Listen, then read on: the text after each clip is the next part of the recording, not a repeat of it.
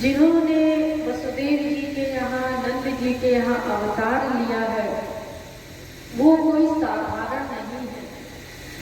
वो स्वयं आनंद कंद सच्चिदानंद है। मैंने प्रथम दिवस आप लोगों को सच्चिदानंद की व्याख्या की थी। वो स्वयं आनंद है। आनंद का ही दूसरा नाम है भगवान। आनंदो ब्रह्मेति व्यजानात् आनंदात् खलविमानि भूतानि जायन्ते आनंदेन जातानि जीवन्ति आनंदं प्रयन्ति विसंति। वो स्वयं आनंद है, स्वयं भगवान है।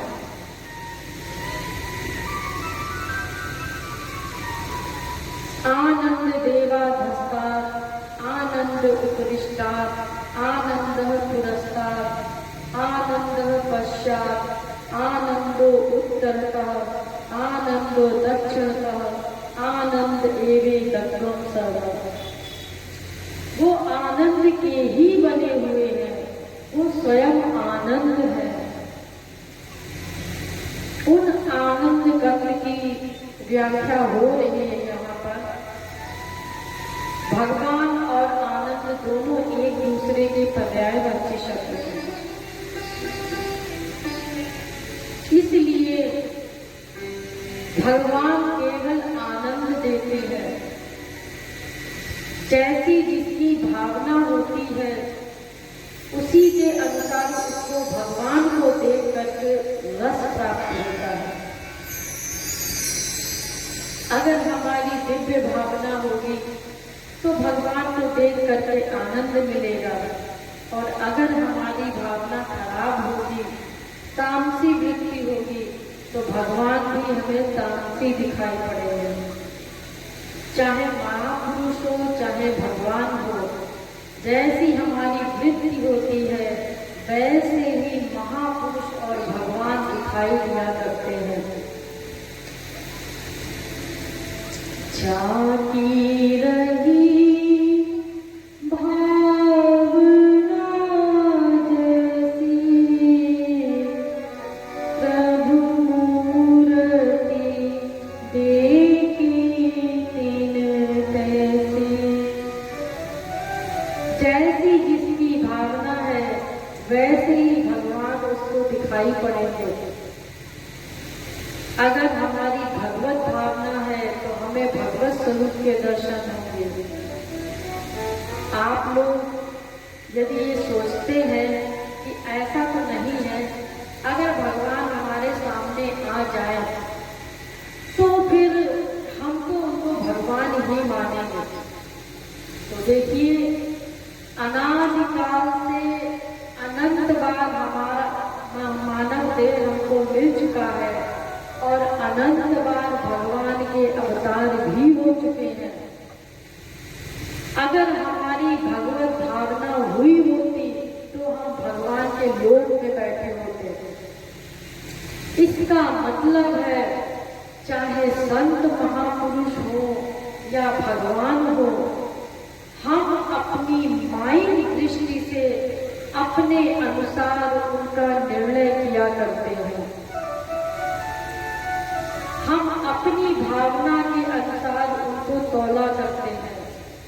अरे ये तो हमारे जैसे हैं, ये तो साधारण है, और दिमाग भी खराब कर लेते हैं कुछ कुछ लोग।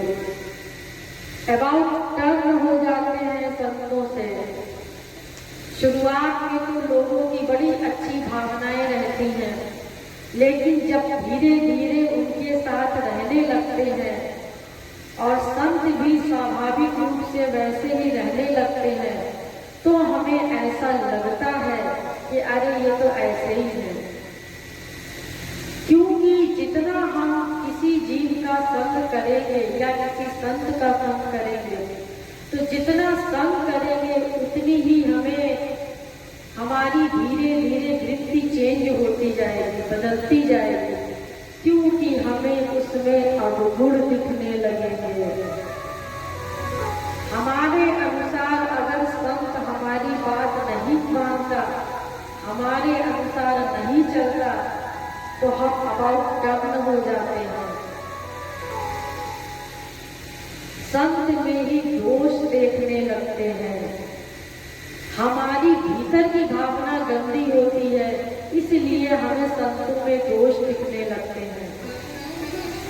अरे जिसने भगवत प्राप्ति कर ली उसमें तो दोष रहते ही नहीं है। जिस क्षण जीव भगवत प्राप्ति कर लेता है उसी क्षण उसकी माया निवृत्ति हो जाएगी, उसी क्षण हो जाती है। जितने भी ये माइक दोष हैं, काम क्रोध लोभ मोह, जितने भी माइक दोष हैं सब समाप्त हो जाते हैं, तत्क्षण समाप्त हो जाते हैं। फिर हमें ऐसा दिखाई सा देता है कि वो सांसारिक मनुष्यों की भांति कार्य कर रहे हैं, ऐसा लगता है, क्योंकि हमारा मन बुद्धि सब माइक है। तो माइक बुद्धि किसी भी दिव्य वस्तु को भी माइक ही देखेगी, माइक ही दर्शन करेगी, जब तक कि हमें स्वयं दिव्य पावर ना मिल जाए, हम स्वयं दिव्य ना हो जाए, तब तक हमारी दृष्टि भी माइक ही रहेगी। इसलिए अगर किसी संत के पास जाओ तो अगर भावना बुरी नहीं, अच्छी नहीं होती तो बुरी भी नहीं होना चाहिए। हो सकता है बाहर से वो एक्टिंग कर रहा हो काम क्रोध लोभ मोह की, भीतर तो उसके बड़ा अगाध प्रेम भरा हुआ है भगवान के लिए, इसको हम समझ नहीं सकते। वो तो धीरे धीरे संग करेगी जब अच्छी भावना से, तो संत की कृपा से ही उनका वास्तविक अनुभव होगा। हम अपनी बुद्धि से वास्तविक अनुभव नहीं प्राप्त कर सकते। ऐसे ही जब भगवान अवतार लेकर के आते हैं तो हम लोग अपनी बुद्धि के द्वारा ही उनका निर्णय कर लेते हैं और हम कहते हैं कि इससे अच्छा तो हमारा बालक है, ये हम लोग डिसीजन ले लेते हैं।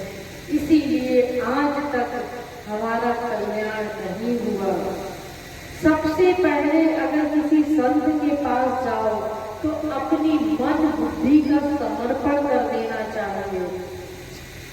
ये अपनी ये 4 अंगुल की खोपड़ी है उसको संत के चरणों में समर्पित कर देना चाहिए, किंतु परंतु लेके ये सब समर्पित कर देना चाहिए। तभी कल्याण कर होने की बात सोचना, तभी कल्याण हो सकता है। और आप यदि सोचे कि हम किंतु परंतु लेकिन लगाते रहेंगे और हमारा कल्याण हो जाएगा, तो ऐसा नहीं है, हम अपराध कर जाएंगे। कल मैंने आप लोगों को बताया था इस विषय में।